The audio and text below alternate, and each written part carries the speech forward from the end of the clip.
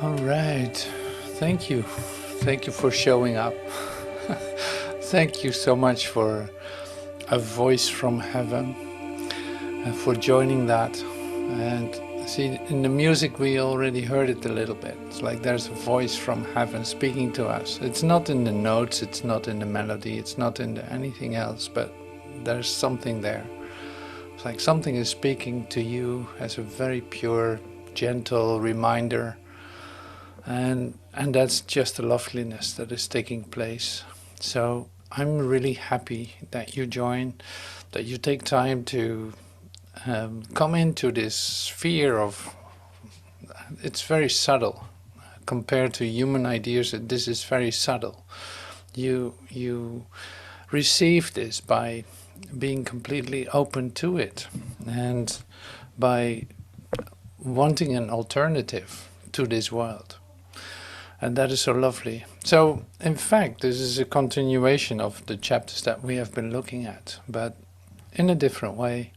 It's always different because it is like brought in this time and in this space, at this time and in this place. You know, it's like it's happening right now. So who knows how this is going to look, or how this is coming to us. Now, the loveliness of this is certainly in becoming receptive for what is being given, and having that as a state of being, more and more having that as a state of being.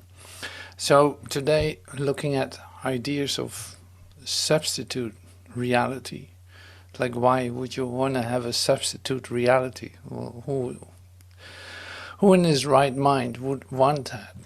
No one. So, in chapter 18 we're looking at that. Now, what is that going to tell us now, here, in this place, in this time? In this practice that appears to be a practice, but in fact is a total recognition of the truth of who we are. And how does this relate to anything? How does this literally communicate? Now that's really sweet. I can tell you that. It's like it's so incredible what is, because the reminders that we get are so well pointed that in fact if you allow just to your defenses to go for just a second, you get an instruction or a reminder. It's like given to you that is so sweet, it will completely knock you off your socks. So it's like that is the language we're talking about. It's like it's going to get you, it's going to remind you of that what you are. So something starts to fall apart or to melt, or however you want to call it. That what seemed to be so important a moment ago completely dissolves in this presence, in this moment. It is literally like the snow is melting because the sun starts to shine. So what is left of the snow? Nothing at all. Was there ever snow? No, of course not. Now this, I can use metaphors after metaphor, but the instruction we get here from out of time, that's why this is a voice from heaven. It's coming from out of time to us here, right here, in this so-called dream, in this moment in time, where we actually appear to be in time. A voice is speaking to us, and in a way that is exactly right for you. And it will do everything with you in the sense of stir up some really deep feelings. Bringing you into an intense discomfort. But all this, not purposeless, no, it's full of purpose, because it does it. Because what is real about you will always be there. It is not temporary, it is not anything like that. And so to keep it really authentic, you could say, I want to look at, where does this come from? How did this start? Because that in itself is already a miracle. Like we're using the Urtext or the Blue Book It doesn't really matter, but I use the Urtext because I really love that it's, say, so close to the notes that Helen Schucman wrote down, that she literally transcribed, that she, yeah, sat down and started to write up. She could hear it in a very specific way. And to hear a little bit more about that just adds to the whole idea how miraculous was the conception, you could say, of the coming to earth of this masterpiece, coming into your dream of this masterpiece we call A Course in Miracles. So we will listen first to an interview with a couple of ones that are around that time in '65, around Helen Schucman, and what was actually the start of this whole thing, because it is not going to be, say, given in a way that would bring you into resistance. No, this can only be received. So how can somebody write this down? One needs to be open to receive this. Now, what happens before somebody becomes open to receive this? I will not say anything about it because it will be told. It will be shared here in this say, 2 videos I have where you can hear about this. So one is directly Helen Schucman speaking. The other one is say some of the ones that were around Helen Schucman in the time of the conception, you could say, of this masterpiece. It just adds up to the miraculousness of it all. So let's dive in a little bit and start with that. I'm alive like a light. Almost 40 years ago, Dr. Helen Schucman, a conservative research psychologist at the Columbia Presbyterian Medical Center in New York City, heard what she believed was the voice of Jesus.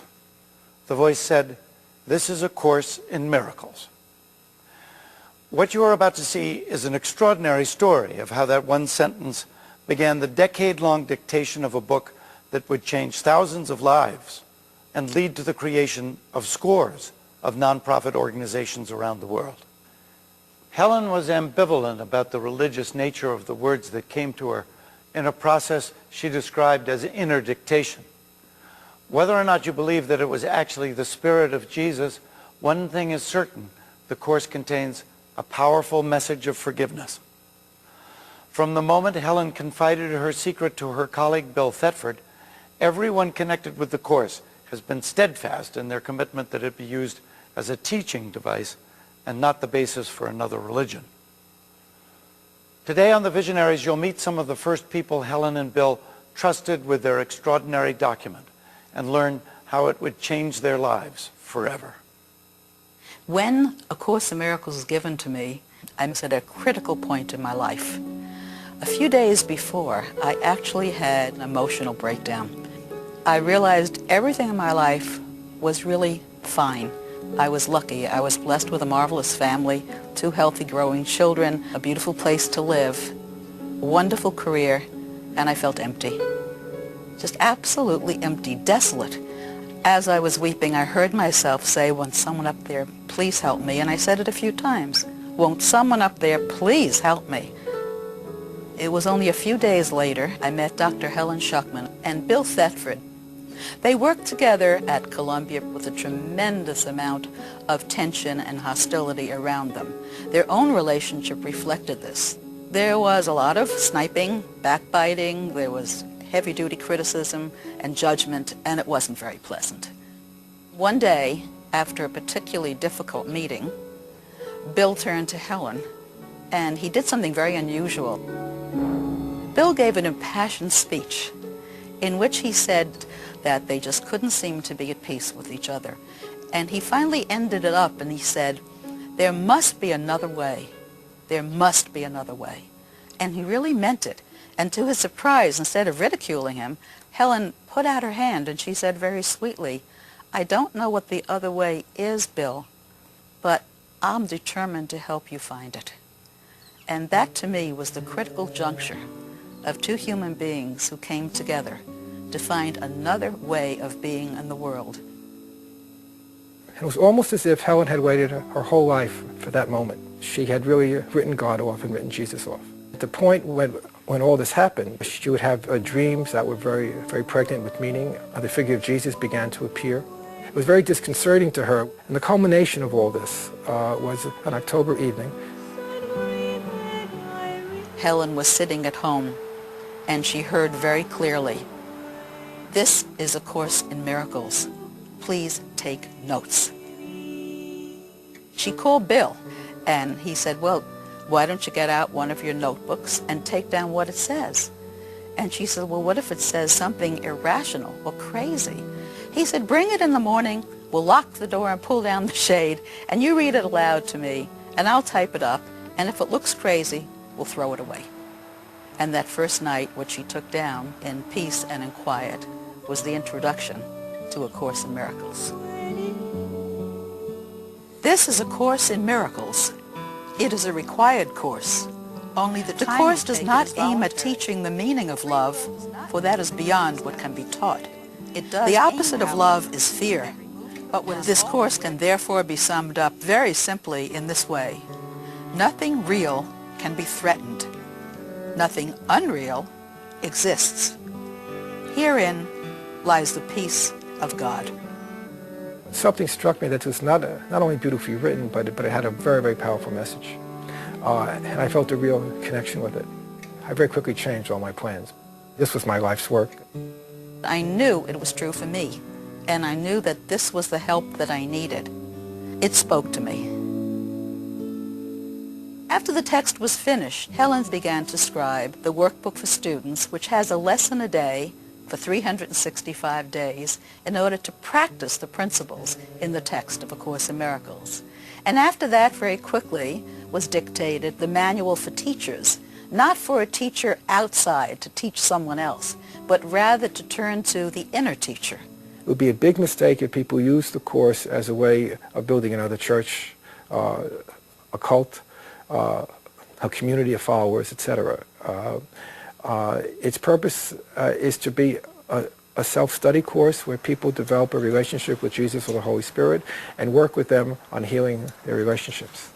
Many of the terms in the Course are Christian, so-called Christian terms, but what the Course does is give a whole new understanding and a different interpretation, you might say, to the terms, so that the Holy Spirit in the Course would really be the presence in our right mind of the memory of God and who we truly are as a part of God. And it's not the same way that like Christians would talk about the Holy Spirit. So it's not something outside of me. It's something within my mind. And so the Course makes you aware of that it's your choice whether you want to go to your right mind and hear the Holy Spirit and ask for help and guidance, or if you want to stay in your wrong mind and listen to the ego. The thrust of the Course is the healing of relationships through forgiveness. The Course would emphasize that we would be much happier and more peaceful if we could let go of our grievances. And rather than harbor grudges against each other, that we would seek to find what unites us rather than what divides us. And what unites us is that we all basically share the same anxieties, the same fears, the same guilts, the same concerns, and that we all share the same interest of being free from them. We made the commitment that we would publish A Course in Miracles through our not-for-profit organization called the Foundation for Inner Peace.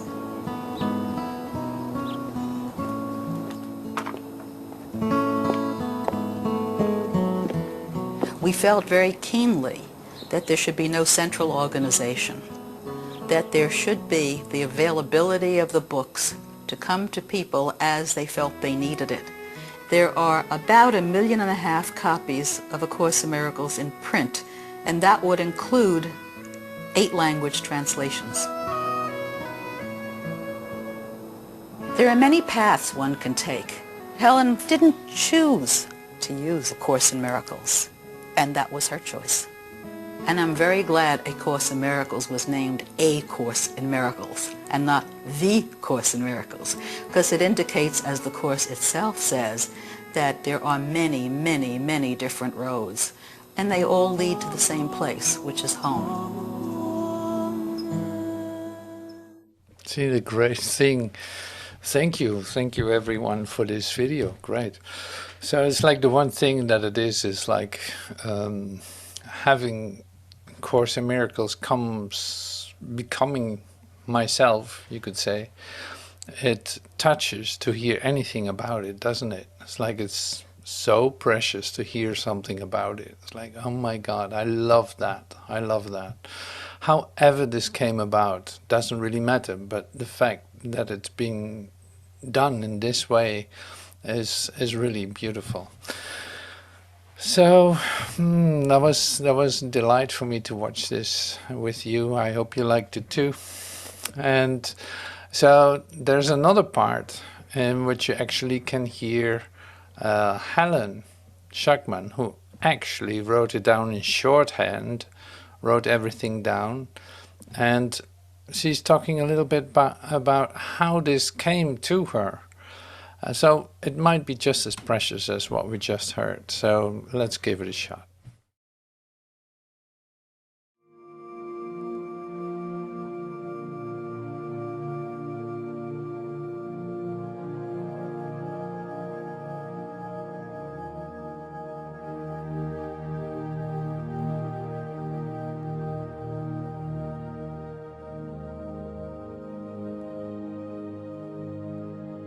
Regarding the voice you heard in scribing A Course in Miracles, does it come from outside or from within?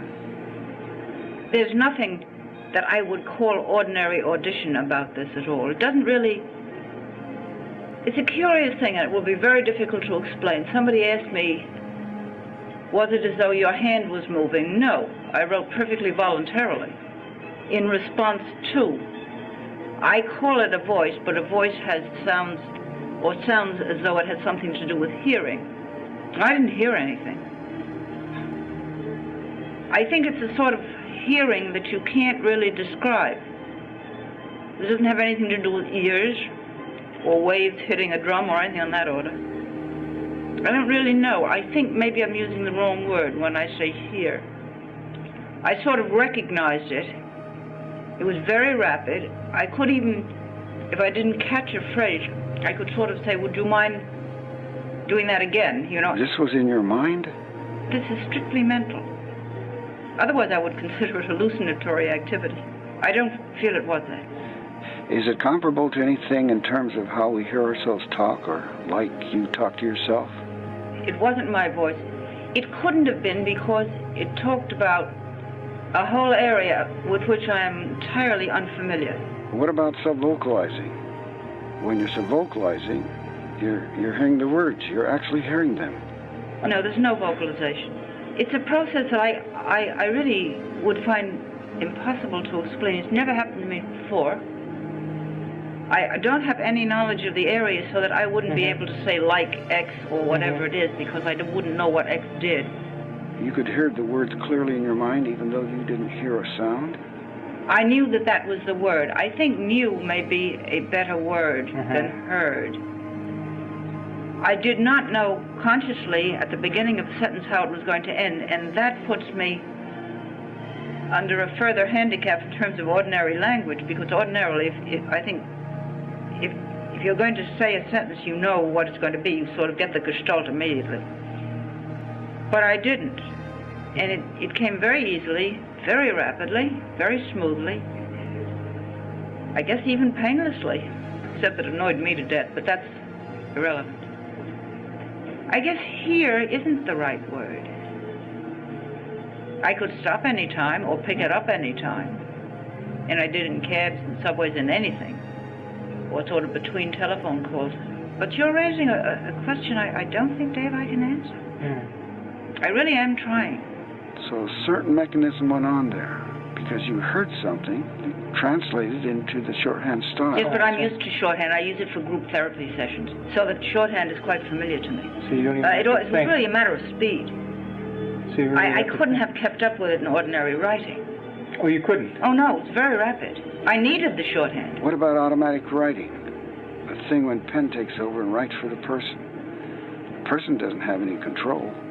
Is that similar to what you're describing? No, that didn't happen at all. I could have stopped at any time, and I frequently did. And I was very frequently interrupted, so that I would have to stop there. I didn't lose awareness of where I was or what I was doing. My interns kept barging in for therapy sessions. Now, Bill always says, well, I'm just naturally dissociated, which I never take as a compliment. But maybe it's that. And I think in a sense it must be, because I haven't caught up with it yet. And I don't understand it, and I still feel very baffled by it. And I'm also still just a little uncomfortable with the material, but I'm getting used to it now.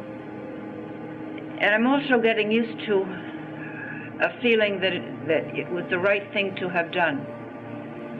The only curious thing that I do know, and this is curious, I am used to doing pretty much what I want to, and I do make my own decisions.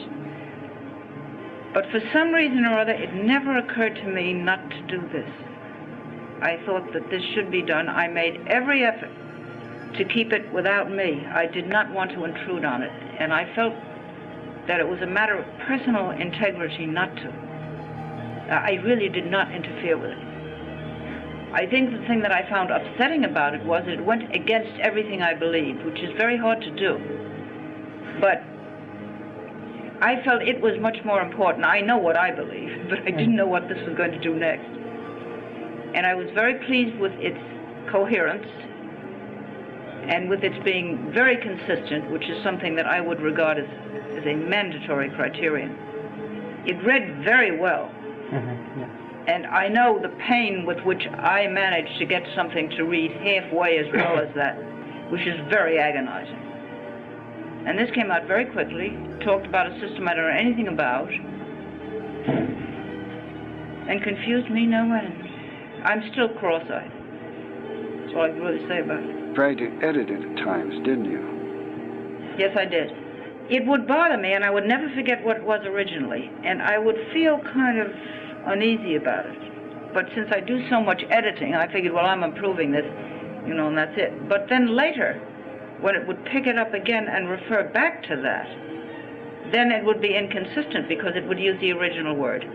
So then I very quickly learned, don't do that because you will interfere with the internal consistency. So then I stopped doing that. Very quickly I learned that that was a very bad mistake. So we went back and we changed all the words back into its original form. Did you remember the word, or did you have to go back and just ask at the time? And I used to tell Bill that used to be, you know, whatever it was. But sometimes, I wouldn't say more than 2 or 3 times, I didn't know. But I was aware that there was a goof-off in through there, and I would feel the goof-off more than the right answer. And then I would sort of look at a blackboard in my head and see it written, the word it should have been. And I would ask, can I see it on the blackboard? You would ask and also see it? Yes, if I was undecided. I'd forgotten to mention that. Would there also be that knowingness that accompanies it live? No, then I would be reading it. If it was on the blackboard, I would see it in letters. Then it was a very visual thing in your mind. And then it was visual. Ordinarily, it isn't. But I think that modality had to come in where I had kind of lost my way in it, and I really didn't know what the word should be. Could you close this off any time you didn't want to hear or do it? Oh, yes. In other words, it was strictly your option. Oh, very much. Except that it kind of nudges me if I didn't do it. When I was sort of supposed to, sometimes I couldn't sleep. And then I would become very restless, and at one point I didn't do it for about 3 weeks. I felt quite pushed around by this, and enough is enough. And it was kind of a rough 3 weeks. But I didn't know when it was finished, and I didn't know when I was supposed to stop. The course came first. Well, the text is what we originally had called the course. The text is the right word for it. That came first, and when that was through, I think there was something like a 3-month hiatus. You had no urge to write then? A while before I started in again, I said to Bill and also to Jonathan, I have a horrible feeling there's a workbook that goes with this, but maybe it's just a, you know, maybe I'm going to be let off on this one. But I did know it, and it became increasingly clear that that was it. And I knew at that time there would also be a teacher's manual, because that's obviously what professors have to teach with. And I did feel that it was going to organize itself in that way. And it did. Do you feel that it's over now? I think so. I think so. The only thing that I might be able to do, although I would hesitate to do it because I feel very strongly that my commitment included having nothing to do with anything psychic. I feel that very strongly. I think I told you the story of the original commitment in that line. If I didn't, it's in my autobiography and you'll see it. I think it's through. I do think, and under certain circumstances, I might be able to do this and might want to, if it were very helpful to somebody. I think there are questions I could probably write an answer to. But I think I would really want to do that, not as a major part of anything, because I don't think it's very important, but if someone were in trouble and it would be helpful, I might try to do it. I haven't had any occasion yet. So you continue to hear the voice? Oh no, I could ask what to do about something, particularly if the three of us are together. And we would ask, and we would get an answer. We generally get the same answer. If we don't, we'll sort of feel somebody's off a little bit, and we'll try again. But we generally do.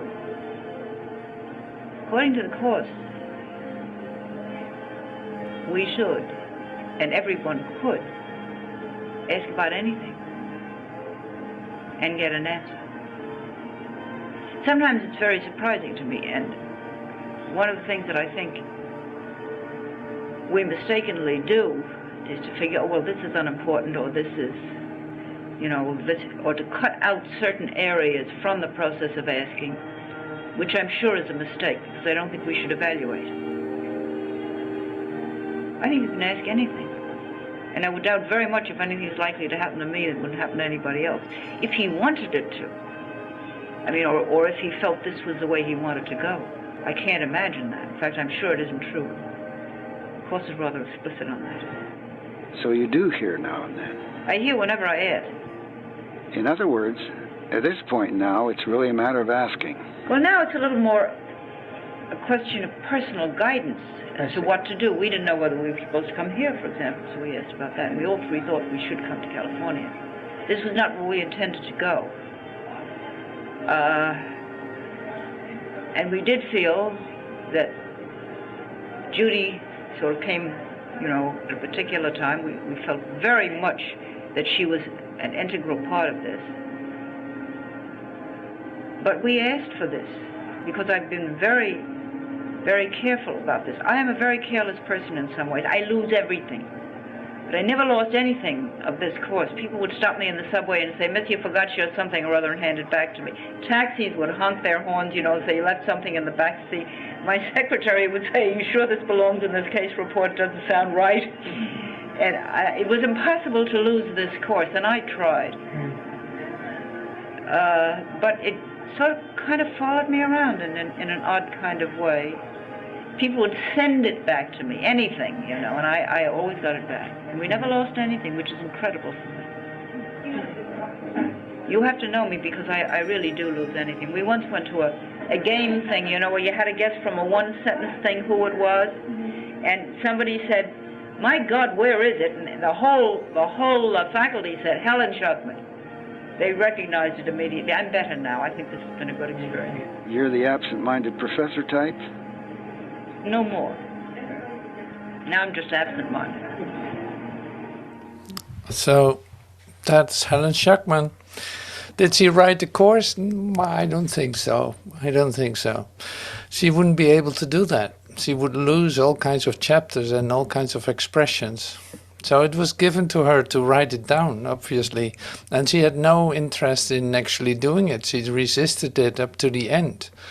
That's the woman who wrote down A Course in Miracles, and the perfect candidate for it, so that she would be critical to write it down, because she was annoyed by what she was reading. It was so the opposite of what she was used to hearing or thinking.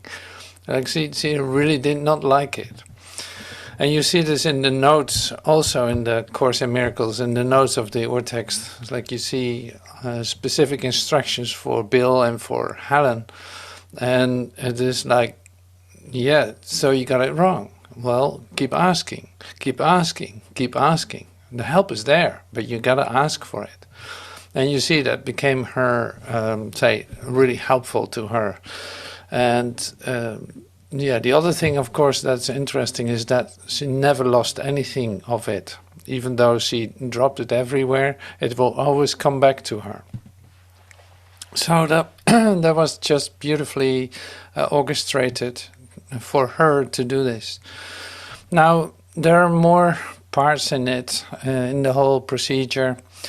And you can read more, listen to more about it. She had visions before this started, really beautiful visions.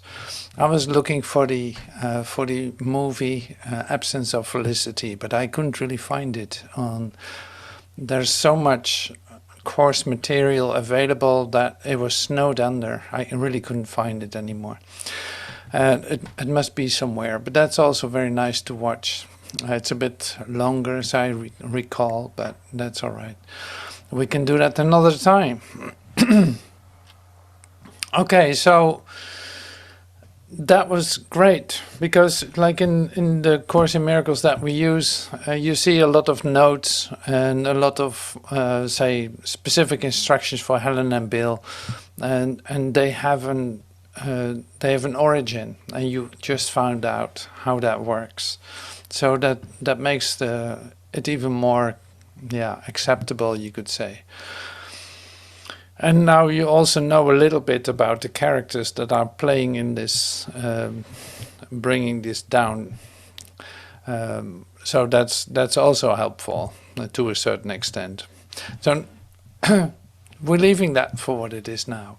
But I wanted to bring it in because I never shared it with you. And it's like, okay, well, you got to know this. This is how that happened. And since you're doing this, you have to hear this too.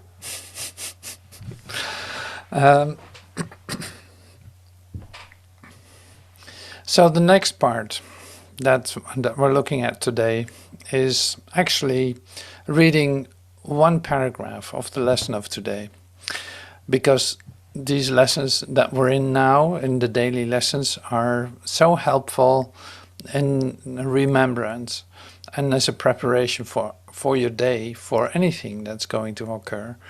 So that's really lovely. And here I'm going to read that to you. Here we go. Let me remember, I am one with God. Today we will again give thanks for our identity in God.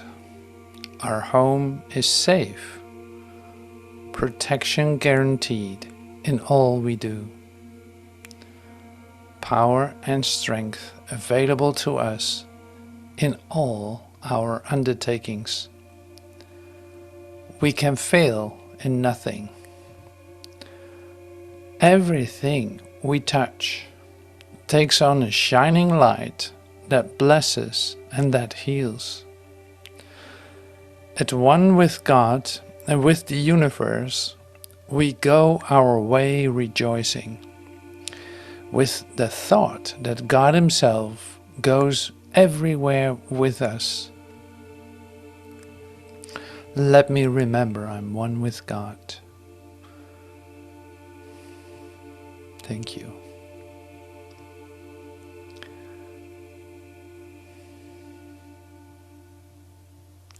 So this is a day of thankfulness. Thank you for our identity in God.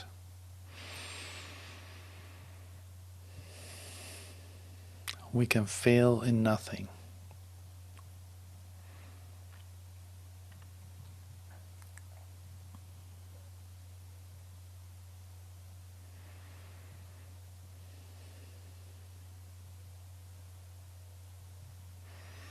Everything we touch takes on a shining light that blesses and that heals.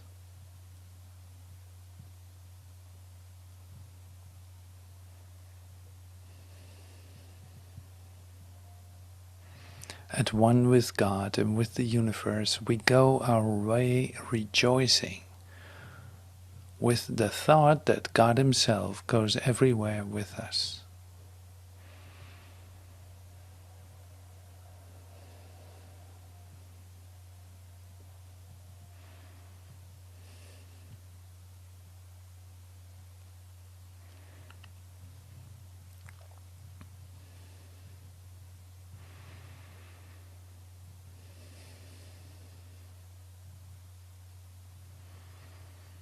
Let me remember I am one with God.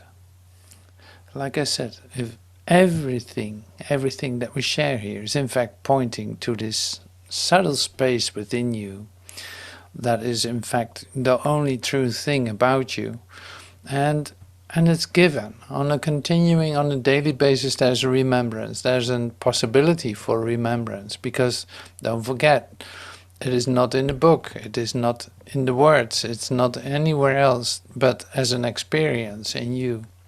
So that's the practice. It has nothing to do with the words or with the book or how it came about. It doesn't matter even. No, this is about your individual experience. And that's the only thing that matters. And everything that we share here is pointing at that, is say, giving you a vision to come into that. Because that's the only thing that can be shared, is vision. The experiences cannot be shared. Well, if you experience it, you share it with everyone, of course, but it's like, I cannot give you the experience of it. No, this is an individual recognition, but I can share vision. And that's really lovely. So we use, in this, say, voice from heaven, we use chapter 18.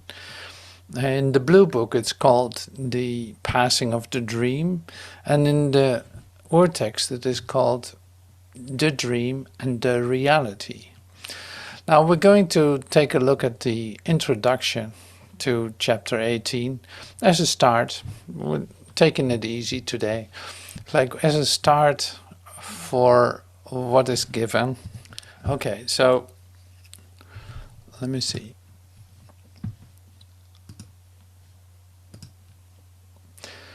To substitute, I'm just sharing a couple of phrases here. To substitute is to accept instead. Now this is like basic philosophy, you could say. To substitute is to accept instead. So if you would but consider exactly what this entails, you would perceive at once how much at variance this is with the goal of the Holy Spirit. And the Holy Spirit has given you and would accomplish for you. It's like, okay, so if you would but consider exactly what this entails, like you accept a substitute. If you think there is such a thing, you accept a substitute for what?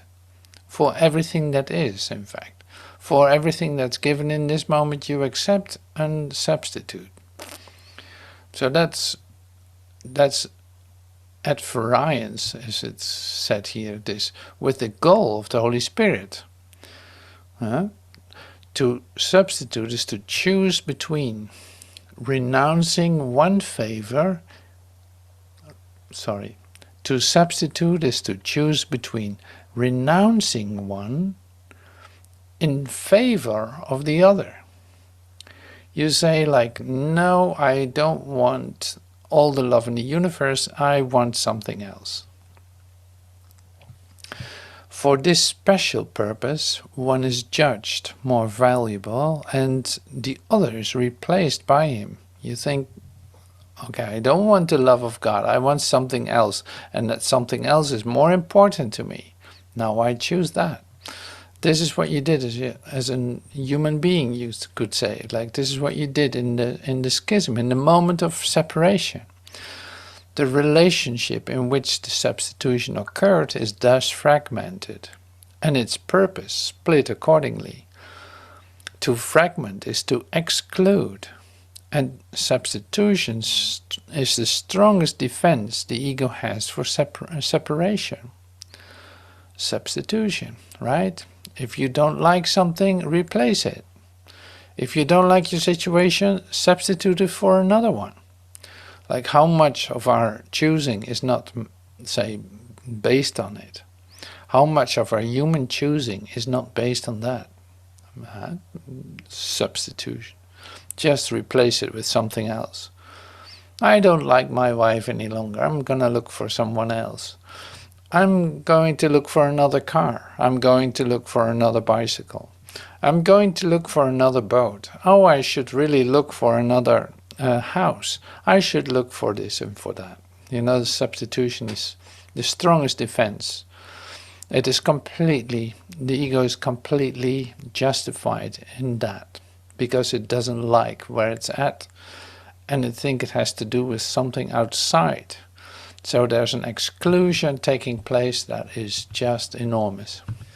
Now this is very fundamental. Of course this is very fundamental because it's the beginning of chapter 18.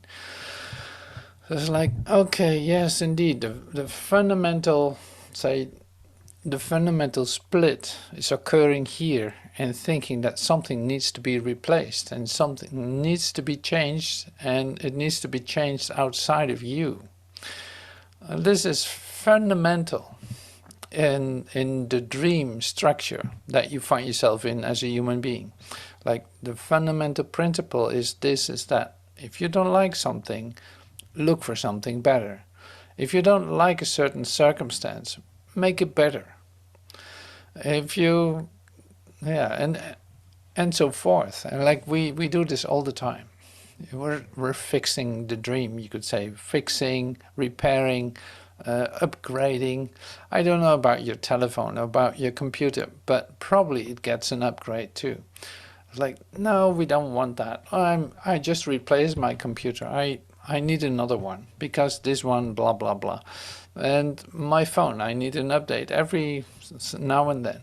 I need an update because I don't like the old one. I want to replace it with something that's really shiny and beautiful. You know, like that's the pure temptation that keeps everyone running after something, and until you, of course, recognize that it doesn't make sense. Then still you can do it, but it would be like a conscious choice to go for that. But if you're just driven by your impulses to keep repairing and keep upgrading everything by exclusion, by saying that I don't like, instead of the inner impulse for the change, recognizing that I need to look at it in a different way and it will change accordingly. Like it will find its place in an overall view, you could say. That is the difference. It's like, if I accept it, if I say start to come into the acceptance of it and change my mind about it, does anything outside myself needs to be replaced? No, not at all. Where's the problem? Where's the problem? The way that I see it with my eyes. What does that mean, what I see? Now, see, this is the part of the Course in Miracles that's maybe the toughest, which are the first 50 lessons. Nothing I see means anything. Like, I've given everything the meaning that it has for me. I'm upset because I see something that is not there. I'm seeing only the past. I'm seeing this, I'm seeing that, but it's already over. So there's no sense for me to try to understand what is going on in my perception of it all. So this is say, the toughest part. In fact, is the moment where an actual change can happen, recognizing that nothing outside yourself needs to be replaced. Well, now you come into the realm of spirit, You come into the realm of right-mindedness. You come into the place where something fundamentally can change, and that is your view on how things are. Waking up out of a dream in which you were like a robot, chasing all kinds of things to try to adjust them to your wishes, trying to adjust it, trying to hunt it down, trying to figure it out, trying to be completely autonomous and comfortable in your separation.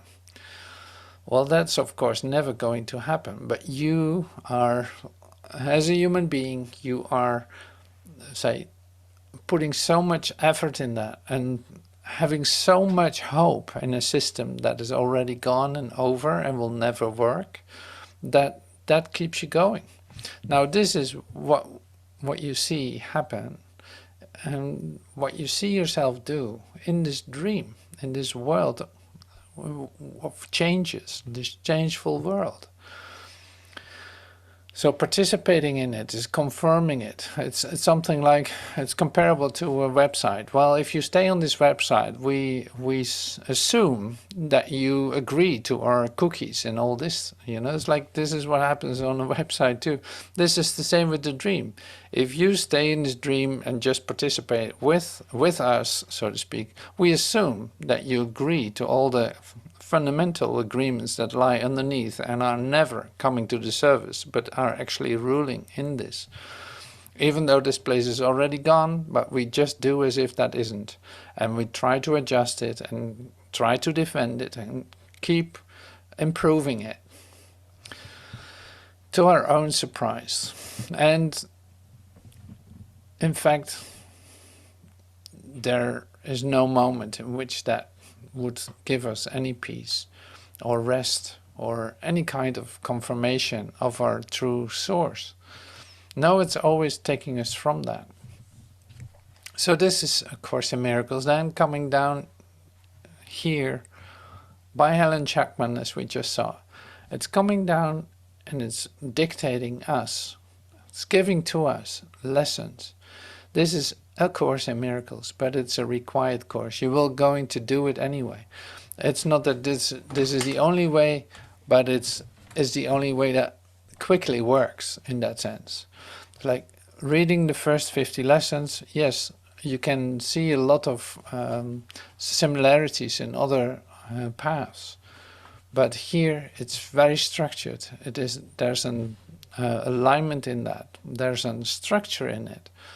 That is methodically, but so well set up that in fact it is an ego-tight structure. Instead of watertight, it's ego-tight. So it's like there's no escape out of it. If you actually do this, well, of course you can always escape it by your, say, advanced technology of anti-truth rockets or whatever you want to call them. Like you got an air defense system that is enormous and you invested well in it, but it's not going to help you because in the end you're going to do this anyway. So you might as well just start doing it. And instead of looking for other paths, you might as well just start A Course in Miracles. The book is available everywhere. Now I'm not selling them. I've no interest in that. But there's really something there. It's like, this is a systematic way. It works the quickest. It's a daily lesson. It will bring you in focus with the purpose that's actually going to help you to see that none of this is so. All the things that you thought about it have no meaning. And it will actually give you peace of mind because the mind will not be moved by, say, things outside themselves, outside itself. The mind will not be engaging in that. No, you train your mind to not do that. No, let go. Let go, let go. It's not this, it's not that. That's already over. That's not there. There's nothing to fear. I'm sustained by the love of God. Just go your way rejoicing now. Everything is taken care of. we don't need your help. No, this is just for you. You only have to receive it. And so on. So this is why this is so great. Which is also very lovely. Here we go.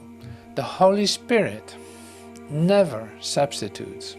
So that is your security. He will never exchange you or his goal for you. Never. Like, it's unwavering. It's completely changeless.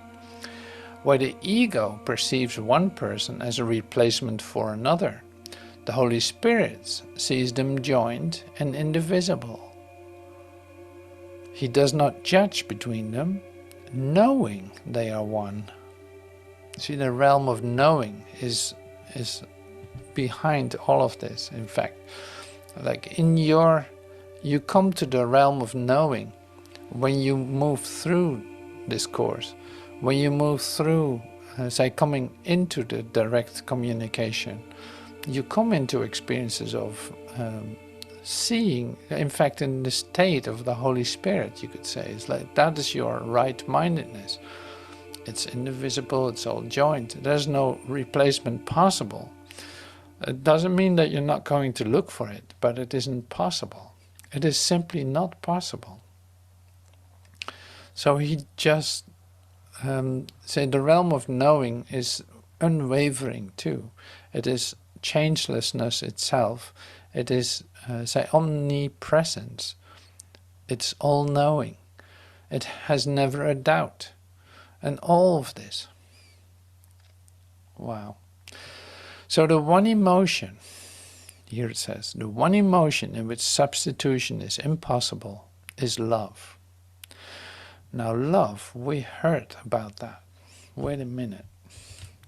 In the first introduction in A Course in Miracles, I'll read it to you. In the first introduction,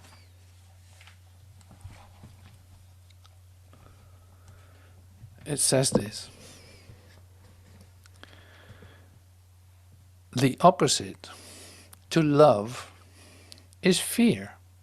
And we're very familiar with the idea of fear, right? So in fear, you can choose for substitution, increasing the fear, in fact.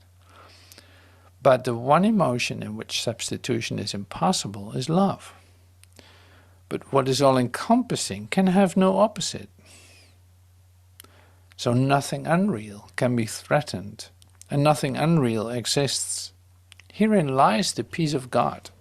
So now when I'm choosing for a substitution, as I must have done like a million times, I chose for substitution. I choose for substitution. What happens? I come into fear, into doubt, into conflict, into all kinds of things.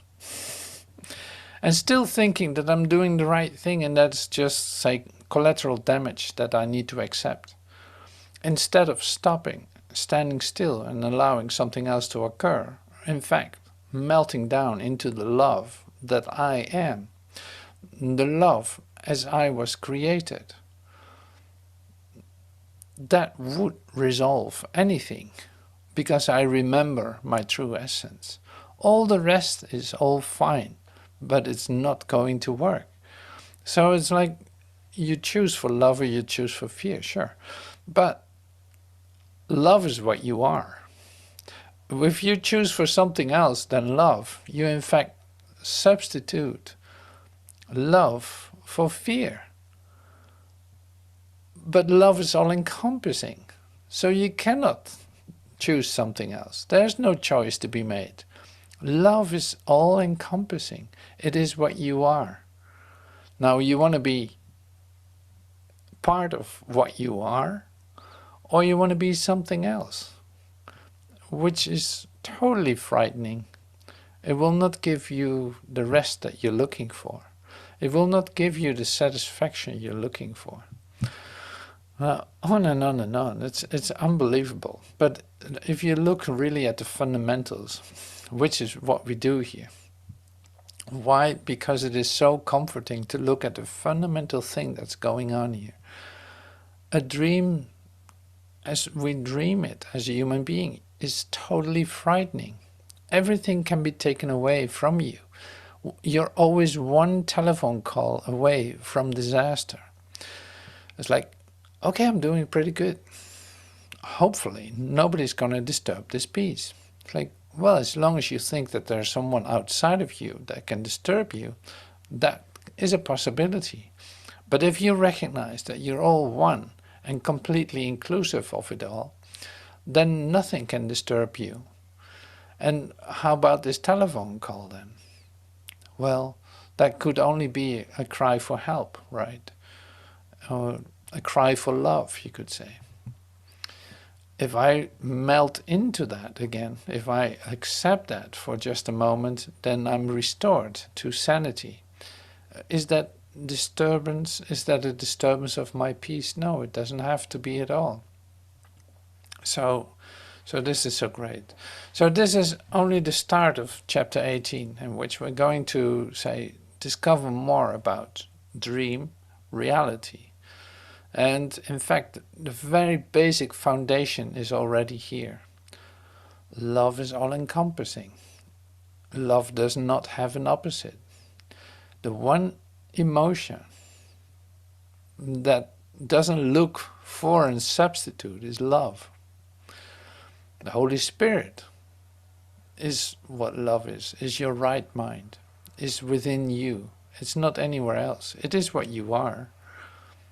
And that will always guide you if you think that there's guidance needed. But if you're in the experience of it, where is the guidance? It's gone. So these are the exercises, you could say, or this is what we let come to us today. So thank you so much for your attention, for your participation in this, and recognition, of course. This works by your divine recognition of truth, because what is true you recognize to be part of you, and what isn't true is always like nothing, or scary, or whatever. It's like, no, that has nothing to do with reality. So thank you so much. And just to keep that fresh in mind. Nothing I see means anything. The reason this is so, that I see nothing, and nothing has no meaning. See, it's all comforting. It is necessary that I recognize this, that I may learn to see. What I think I see now is taking the place of vision. I must let it go by realizing it has no meaning, so that vision may take its place.